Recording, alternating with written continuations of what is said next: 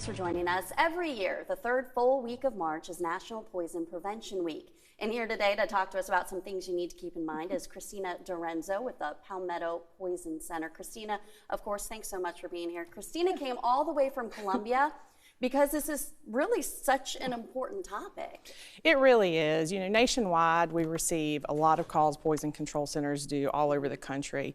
In South Carolina, we receive over 33,000 calls a year. So poisonings are something that occur every day in every home. It doesn't matter who you are, it can sneak up on you. So it really is an important topic. Now, and it's not always the things that we automatically think of that could, have a reaction in a child. It's common household things that we have right now that could cause an issue. It's normal things that you have within your home. It's your acetaminophen, it's your ibuprofen, it's your cough and cold syrup, it's your cleaners. It's just things that are highly accessible, and anything that's accessible to children and teenagers, even vulnerable adults that may have dementia, are the things that contribute to the most poisonings within our state, and nationwide is a trend as well.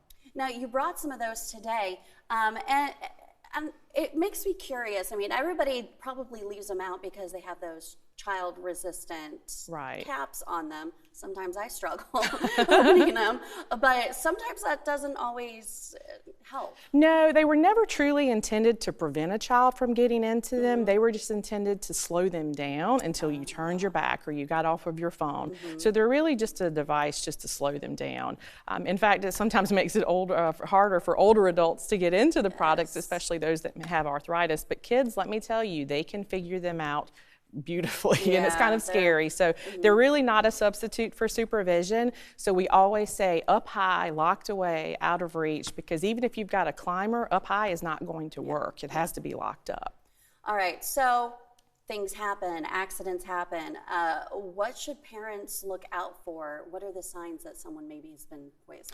Well, if it's a small child, you walk in, you see something around their mouth, you see the open container. Even if you think, I'm not really sure if they got into anything, it's always just a quick phone call. It's free. We're open 24/7, just to give us, a chance to say, hey, based on, what the clues are here, we'll help you figure it out. We do a lot with clues, like what you tell us, how many's in the bottle, how much is missing. And those are the things we help you discover. Now, when it comes to older kids, teenagers, you've got to notice symptoms. Are they acting funny, or do they seem unresponsive or just out of the norm? Ask the questions. And if you're not having that conversation with your teenagers, and I'm speaking of kids as young, sometimes even as 12 and up, about taking things from friends and medications and things like that, you need to be having that conversation. Just because you think that your child won't, doesn't mean that they won't. So you just have to be open, have open lines of communication, because things are just a lot different now. Yeah, unfortunately they are. We were just talking in the commercial break. You've had an increase of calls in children as young as 9 trying to use these items to maybe hurt themselves. Right, and the things that we're seeing are things that are super common in your home. If we look at the data, we're seeing things like acetaminophen or ibuprofen or Benadryl.